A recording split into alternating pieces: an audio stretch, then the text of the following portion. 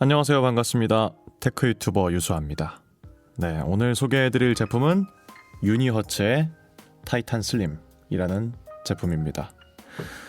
국내 리뷰 영상이라고 할 수 있는 게 몇 개 없더라고요. 그래서 구매 전에 궁금해하실 분들도 있을 것 같아가지고 실사용기 겸 리뷰 영상을 찍고 있습니다.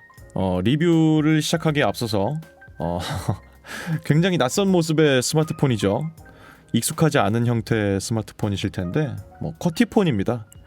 예전에는 이렇게 괴기스러운 휴대폰들이 꽤나 많았는데 요새는 전면이 다 스크린으로 뒤덮인 휴대폰들 뿐이어가지고 좀 더 눈길을 더 끄는 건 있는 것 같습니다. 그래서 왜 2023년도에 이런 구닥다리 스마트폰을 샀느냐 하실 분들이 꽤 많을 것 같습니다. 근데 요게 있어요. 저는 원래 좀 이렇게 남들이랑 다른 걸 쓰는 걸 좋아했었어가지고 고등학교 때도 엑스페리아 X1을 썼었고 블랙베리도 9800인가? 그것도 썼었어요. 그리고 제가 제일 최근까지 썼던 스마트폰이 아이폰 XS인데 그거 쓰기 전에는 이제 블랙베리 키1을 썼었습니다. 이거죠. 그래서 원래도 블랙베리를 써왔던 사람이라서 사실 저한테는 이걸 쓰는 게 그다지 막 대단한 일은 아니에요. 지금 블랙베리는 사실상 휴대폰 사업을 접었다고 봐도 무방하죠.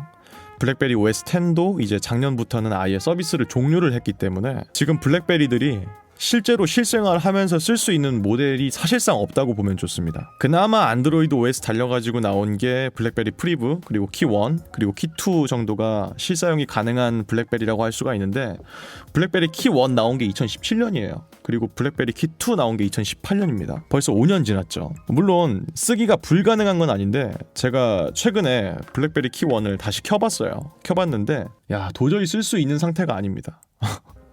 불가능한 건 아닌데 쓰기가 매우 힘든 상태예요. 그렇기 때문에 예나 지금이나 블랙베리는 예쁜 쓰레기다라는 별칭을 떼기가 어려울 것처럼 보입니다. 이 쿼티폰 유저로서 실사용할 수 있는 쿼티폰 차선책이라고 할 수 있는 게 지금 얘밖에 없어요. 유니어츠에서 타이탄이라는 모델을 냈고 그 다음에 타이탄 포켓을 냈고 그리고 가장 최근에 나온 쿼티폰이 타이탄 슬림, 제가 들고 있는 이 모델입니다. 놀라지 마세요. 2022년 6월인가 7월에 출시한 제품입니다. 생긴 건 한 10년 전에 나온 것처럼 생겼는데 1년밖에 안 됐어요. 우선은 이거 이름이 슬림인데 폭 두께가 1.2cm거든요. 어떻게 이게 슬림이냐 하실 분들이 꽤 많을 것 같아요. 실제로 딱 봐도 굉장히 육중하다는 걸 아실 수가 있을 겁니다. 근데 사실은 그렇습니다. 원래는 유니어츠에 타이탄이라는 모델이 있었어요. 걔는 원래 스크린 사이즈가 비율이 막 1대1을 막 자랑하는 광활한 모델이었는데 걔에 비해서 이게 내로우해졌다는 의미에서 슬림인 거지 두께 자체가 얇아서 슬림이란 이름이 붙은 건 아닙니다. 실제로 딱 만져봤을 때는 그립감이 꽤 좋은 착 붙는 그런 두께이기 때문에 크게 불만은 없습니다. 오히려 204g이라는 무게가 제법 묵직하게 다가오는 건 있지만요. 전면부에는 4.2인치 디스플레이 탑재되어 있고요. 3열 키보드 자판 배치되어 있습니다. 가운데에 있는 이 버튼이 지문인식 버튼입니다. 그래서 지문인식 가능하고요. 왼쪽에는 듀얼 심카드 슬롯이 있습니다. 그렇기 때문에 심을 2개까지 꽂아서 쓸 수가 있다. 그 아래에는 PTT 버튼이 있는데 이게 푸시 투 토크라고 해서 보통 무전기에서 누르면 말하고 떼면 말 안 하고 그 있잖아요. 그 버튼을 PTT 버튼이라고 하죠. 애초에 타이탄 시리즈 자체가 러기드 폰을 겨냥해서 나왔던 물건이라서 얘도 있긴 한데 명목만 그렇다 뿐이고 그냥 스마트 키로 지정해서 쓸 수 있는 버튼입니다. 하단에는 USB-C 타입 포트가 있고요. 오른쪽에는 볼륨 버튼, 그리고 그 밑에는 전원 버튼이 있습니다. 상단엔 특이하게도 적외선 포트가 있어요. 그래서 전자제품들 중에서 리모컨을 쓰는 제품들은 이 제품으로도 컨트롤을 할 수 있다. 그런 기능이 탑재가 되어 있습니다. 재밌는 기능인 것 같습니다. 그리고 뒷면이 되게 요란하게 생겼는데 유리처럼 생겼습니다만은 그냥 편광 필름 붙어있는 플라스틱인 것 같고요. 요거는 블랙베리 마크는 제가 그냥 스티커를 붙인 거예요. 그래서 원래는 없습니다. 그냥 제가 커스텀해서 붙인 거다. 카메라는 48메가픽셀의 단렌즈입니다. 요즘은 렌즈 3개 달고 나오는 게 기본인 시대에 1개짜리라니 참 새롭죠. 옆에는 듀얼 LED 플래시가 달려 있습니다. 자, 그럼 이제부터는 실제로 제가 사용해보면서 느꼈던 장단점에 대해서 말씀드려보겠습니다. 장점부터 말씀드릴까요? 키보드가 우선은 이 휴대폰의 아이덴티티고 알파이자 오메가라고 할 수가 있겠죠. 요즘 같은 이 시대, 전부가 다 똑같은 스마트폰 쓰고 있다고 봐도 무방한 이 시대에 이렇게 재밌게 생긴 스마트폰 쓴다는 것 자체가 되게 재밌는 점이에요. 그리고 이 물리 키보드를 눌러서 타자를 직접 입력하는 이 아날로그한 맛은 터치로 문자 보내는 거랑은 또 완전히 다른 경험을 안겨줍니다. 익숙해지기만 하면은 안 보고 타자 치는 것도 되게 쉽고 꽤 재밌어요.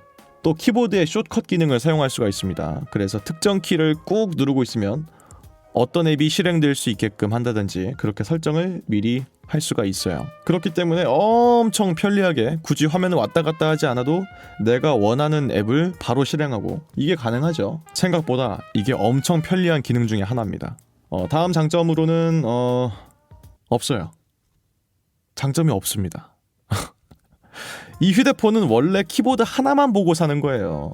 그렇기 때문에 이제 영상의 남은 분량은 전부 이 휴대폰을 까는 내용일 텐데 부디 이 휴대폰을 사기 전에 고민하시는 분들에게 도움이 되기를 바라며 하나하나 까보도록 하겠습니다. 자, 단점 첫 번째. 놀랍게도 키보드가 장점이자 단점이에요. 이게 터치하는 거랑 직접 물리 버튼 눌러서 치는 거랑 느낌이 사뭇 다른데 이 누르는 맛이 있다는 말이 결국은 오래 쓸 경우에는 손목 터널 증후군이 올 것 같다는 말로 바꿔서 말할 수가 있겠죠. 제법 손목에 데미지가 있습니다. 그리고 또 이거는 모든 테크 유튜버 분들이 입을 모아서 하는 말인데 이 홈 버튼 있죠, 홈 버튼. 이게 지문인식 버튼이랑 같이 있지 않습니까? 얘 위치가 잘못됐어요. 블랙베리 키1은 스페이스바에 버튼식으로 지문인식 버튼이 같이 합쳐져 있는 모양이었어요. 이거죠. 여기가 지문인식입니다. 여기 이렇게. 그렇기 때문에 타자를 직접 친다고 해도 사실상 간섭이 될 만한 일이 아예 없어요. 스페이스바를 누르면서 지문인식하는 일은 아예 없으니까. 근데 얘는 홈키 버튼에 지문인식이 같이 돼 있거든요. 그래서 RTYU 있죠. 여기 기억 시옷 요여 요거를 칠 때 터치 오류로 홈으로 돌아가는 일이 꽤나 빈번하게 생깁니다. 제가 그래서 지금 꺼놨어요, 홈 버튼을. 그래서 이건 진짜 설계 미스라고 밖에 볼 수가 없어요. 정말 이거는 이렇게 만들면 안 됐다. 그리고 블랙베리 키1도 그랬지만 이 키보드 가운데 쪽에 센서가 달려 있어가지고 이렇게 버튼을 누르지 않고도 스크롤을 할 수 있는 기능이 탑재가 돼 있는데 이 오류 인식률이 워낙 높고 감도도 딱히 마음에 들지 않아서 저는 그냥 꺼두고 사용하고 있습니다. 근데 그거는 블랙베리도 원래 그랬어요. 딱히 실생활에서 써먹을 만한 기능은 아니었습니다. 아이디어는 되게 좋았지만 실제로 블랙베리를 이용할 때도 한 번도 써본 적이 없는 기능이었다. 또 다음 키보드 단점으로 이 키 배열 아주 냉혹하기 그지없습니다. 정말 몹시 불편하고 특히 이 스페이스바가 너무 짧아요. 요게 제가 봤을 때는 적어도 다른 키 3개를 합친 정도의 크기였어야 된다고 생각하는데 얘는 너무 좁습니다. 블랙베리에 비하면 정말 터무니없이 좁죠. 블랙베리는 스페이스가 이 정도, 얘는 요거. 그렇기 때문에 적응하는 데 시간이 꽤나 걸릴 것이다. 또 다음 단점으로 이제 한 손으로 타자를 치는 일이 불가능합니다. 이제 보시면 알겠지만 특수 문자나 숫자를 입력할 때는 오른쪽에 이 Alt 키를 누른 상태에서 눌러야 돼요. 이렇게 되면은 당연히 한 손으로 문자를 완벽하게 보낼 수 있는 일은 없겠죠.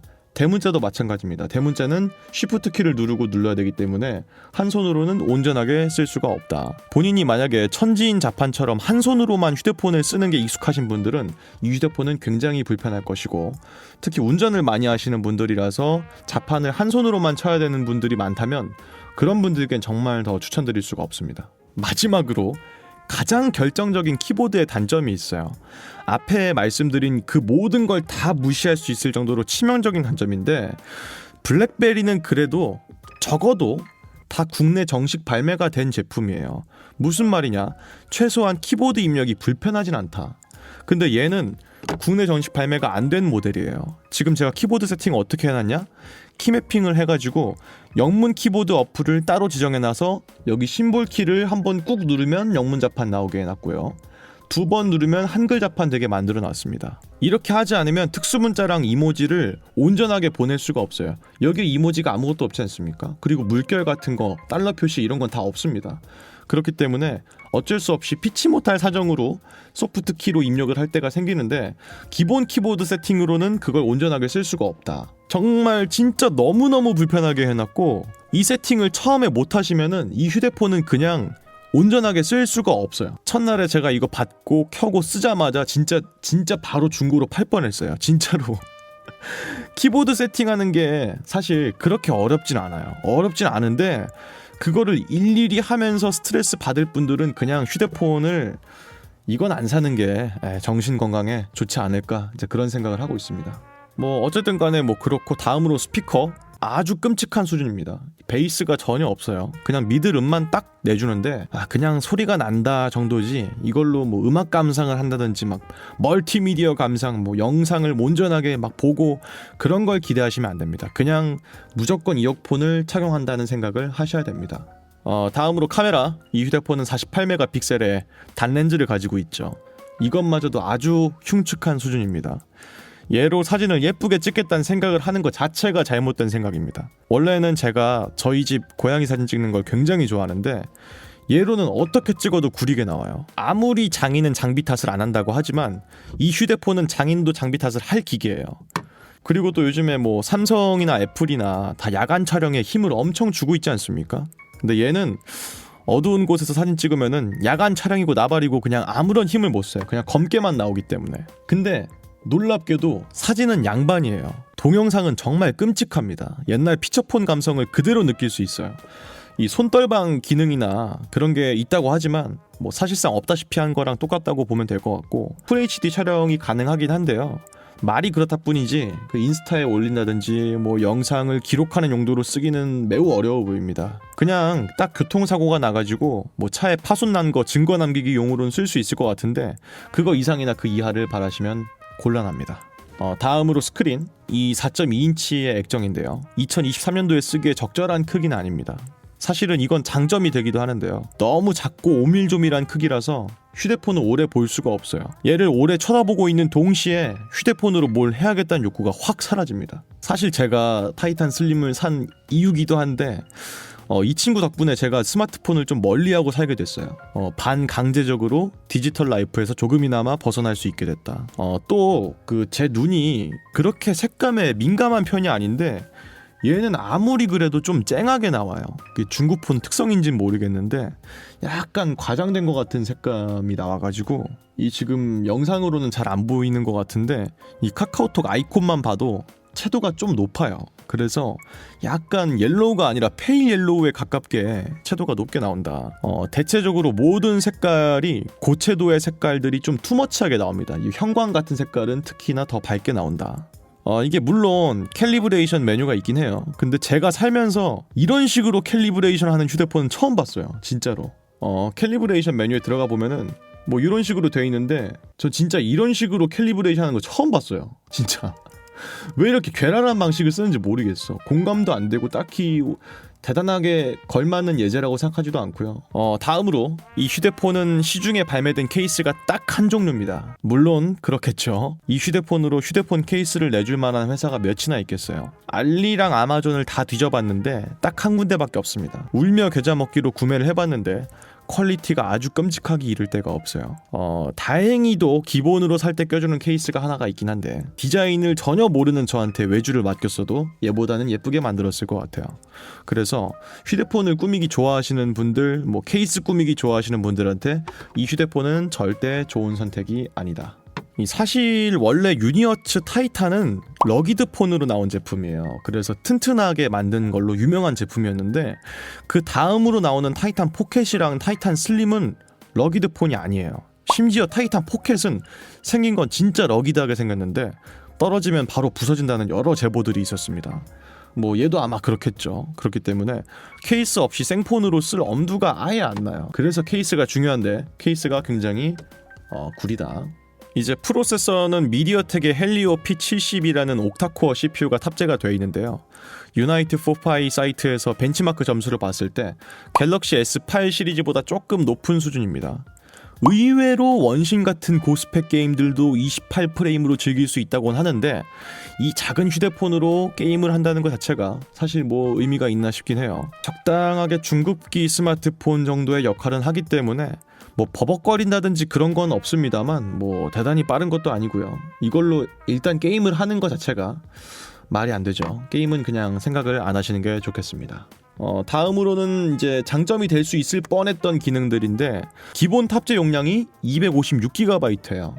참 훌륭한 일이죠. 근데 듀얼심이 들어가는 제품인데도 외장 메모리 카드를 꽂을 수가 없습니다. 여기에다가 외장 메모리 1TB 딱 꽂으면은 진짜 완전 장점이 될 수 있는 점이었는데 타이탄 슬림은 그것조차도 허용하지 않습니다. 거기다가 두께가 이 정도로 두꺼우면은 3.5mm 그 이어폰 잭이 들어있을 법도 한데 없습니다. 만약에 아이폰이나 갤럭시처럼 막 고도화된 방수 성능과 내장 기능을 통해서 스마트폰 내부 공간이 모자라서 3.5mm 이어폰 잭을 뺐습니다. 그런 거면 이해하겠는데 1.2cm 두께의 이어폰 잭마저 없으면 도대체 얘는 장점으로 내세울 게 너무 없는 게 아닌가 싶습니다. 게다가 타이탄 슬림은 방수 방진도 지원되지 않거든요. 종합적으로 봤을 때 키보드를 제외하고 모든 게 다 단점이라는 게 딱히 틀린 말이 아니라는 게 맞지 않나 하는 게 느껴지실 것 같습니다. 그리고 타이탄 슬림의 발매 당시에 안드로이드 OS가 안드로이드 11이었어요. 근데 현재도 11입니다. 어떤 유니어츠 카페 회원분께서 본사에다가 문의를 해봤는데 앞으로도 OS 업데이트 계획이 없다고 못을 박은 답변이 돌아왔죠. 지금 안드로이드가 14까지 나온 마당에 11에서 멈춰있는 게 정상인가 싶은데 뭐 어쩌겠습니까. 본사에서도 앞으로 업데이트할 계획이 없다는데 얘는 아마도 11이 마지막일 것 같고 뭐 잘해봐야 12가 마지막이지 않을까 하는 생각이 들어요. 그래가지고 결론 만약에 누가 살까요 말까요 라고 만약에 누가 묻는다면은 본인이 쿼티폰에 미쳐 있어가지고 쿼티가 아닌 어떤 폰을 써도 아이폰 20을 써도 만족감을 못 느낀다. 그 정도로 쿼티에 미친 사람이다라고 하면은 이 휴대폰 사는 게 맞다고 할 것 같아요. 근데 그렇지 않다면 저는 절대 권하고 싶지가 않습니다. 저는 뭐 워낙 옛날부터 쿼티폰을 좋아라 하면서 썼던 사람이고 실제로 최근까지도 블랙베리를 썼던 사람인데다가 원체 이런 변태 같은 휴대폰 쓰는 걸 좋아하는 사람이라서 앞서 말씀드린 점들을 다 감안하더라도 솔직히 저는 쓸만해요. 꽤 재밌고 또 뭐 언뜻 이렇게 보면 또 예쁜 것 같기도 하고. 근데 이게 일반인의 시선에서 보자면은 절대 사서 쓸만한 휴대폰은 아니다라고 단언할 수가 있을 것 같아요. 아까도 말씀드렸지만 블랙베리가 사실상 종말을 맞은 이 시점에서 쓸만한 유일한 쿼티 스마트폰은 얘 하나밖에 없습니다. 그래서 혹시 뒤늦게 쿼티 스마트폰에 관심이 생기신 분이나 혹은 블랙베리병, 속칭 블베병이라고 하죠. 그게 걸려가지고 쿼티폰을 찾는 분이 계신다면은 얘를 사는 게 맞아요. 아무리 제가 여태까지 장황하게 타이탄 슬림이 구리다고 욕을 했지만 블랙베리 키1, 키2는 2017년, 18년에 나온 제품들이에요. 걔네들 OS는 안드로이드 8입니다. 얘보다 더 구린 거예요. 그렇기 때문에 딱히 다른 방도가 없어요. 어떤 테크 유튜버 분께서 그런 말씀하셨는데 뭐 키보드 가지고 하는 인질극이라고 저는 정말로 그 말이 맞다고 생각합니다. 얘 말고는 지금 쿼티 스마트폰 다른 방도가 없다. 그런데 만약에 비즈니스용 세컨드폰으로 얘를 산다. 그러면은 꽤 나쁘지 않은 선택일 수도 있을 것 같아요. 뭐 어차피 세컨드용 폰으로 뭐 사진 찍고 게임하고 영상 보고 그러지 않을 거 아닙니까? 그리고 이 묘하게 스마트하게 생기고 약간 보안 좋을 것 같고 믿음직하게 생긴 이 디자인이 이 비즈니스 미팅할 때 책상에 딱 올려놓으면은 뭔가 좀 이미지 메이킹에 도움될 것 같기도 하고 농담입니다. 어쨌든 본 용도로 쓰지 않고 이걸 세컨드로 쓴다면은 나쁘지 않을 것 같고 또 아까 제가 말씀드렸던 것처럼 화면도 너무 작고 그래서 오래 보는 게 힘들어요. 유튜브를 본다? 뭐 볼 수 있지, 가능하죠. 근데 눈이 너무 아파가지고 오래 볼 수가 없어요. 그래서 디지털 디톡스를 하고 싶은 그런 분들이 계시다면은 꽤나 권장할 수 있을 것 같습니다. 실제로 제가 스마트폰을 끼고 살았는데 얘를 들여온 다음부터는 스마트폰을 나도 모르게 멀리하고 있어요. 그래서 저는 이게 의외로 학생용 폰으로 참 좋은 것 같아요. 뭐 혹시나 해서 궁금하실 분들도 있으니까 가격은 $299입니다. 하나로 하면은 지금 약 한 40만 원 돈 하죠. 요즘 스마트폰 플래그십 모델들이 한 150만 원에서 200만 원 하는 거 생각해 보면은 야 40만 원 꽤나 혜자 같기도 한 그런 느낌이죠. 뭐 휴대폰으로 뭐 대단한 욕심이 없으신 그런 분들이라면은 사실 그렇게 나쁜 선택은 아니지 않을까 하는 생각이 들고요. 나는 근데 사실 다른 것보다도 이 오히려 굉장히 좀 어필이 될 수 있는 그 나이대가 있다 생각하는데 Y2K 감성이 요즘 유행이잖아요. 저는 개인적으로 이게 Y2K를 좋아하시는 분들한테 좋지 않을까 하는 생각을 해요. 요즘 애기들은 다 이렇게 생긴 빠형 스마트폰만 봐가지고 자판이 있는 휴대폰이 있는지도 모를 거 아니야. 그런 분들한테는 꽤나 어필이 될 수 있을 것 같다는 생각이 들고 그리고 요즘 MZ 분들은 그 카메라도 옛날 디지털 카메라 사가지고 들고 다니고 그러시잖아요. 그럴 필요가 없습니다. 얘는 이미 화질이 충분히 옛날 디지털 카메라예요. 그렇기 때문에 나는 오히려 이 아재스러운 이 감성이 어린 학생분들한테는 굉장히 매력있게 다가올 수도 있겠다는 생각이 듭니다. 수능용 폰으로 아주 적합하고요. 여튼간에 뭐 그렇습니다. 용도에 따라서 그리고 이용자에 따라서 이 휴대폰은 최악의 스마트폰이 될 수도 있고 최상의 스마트폰이 될 수도 있을 것 같아요. 뭐가 됐든 간에 중간은 없을 겁니다. 쿼티폰을 두고 하는 그 유명한 말 있지 않습니까? 쿼티병은 쿼티폰을 사야지만 치료가 된다. 그래서 제가 아무리 말려도 살 분들은 아마 사실 거고 그럴 텐데, 제가 다시 한번 말씀드리지만 블랙베리는 지금 쓸 수 있는 컨디션이 전혀 아닙니다. 예쁜 건 저도 알아요. 근데 얘네들은 사실상 지금 못 써요. 그렇기 때문에 쓸만한 쿼티폰을 찾으시는 분들께는 이 타이탄 슬림이 그나마 쿼티병 처방에 도움이 될 것 같습니다. 오늘 영상은 여기서 마치겠습니다. 시청해주셔서 감사합니다. 지금까지 저는 유수아였습니다.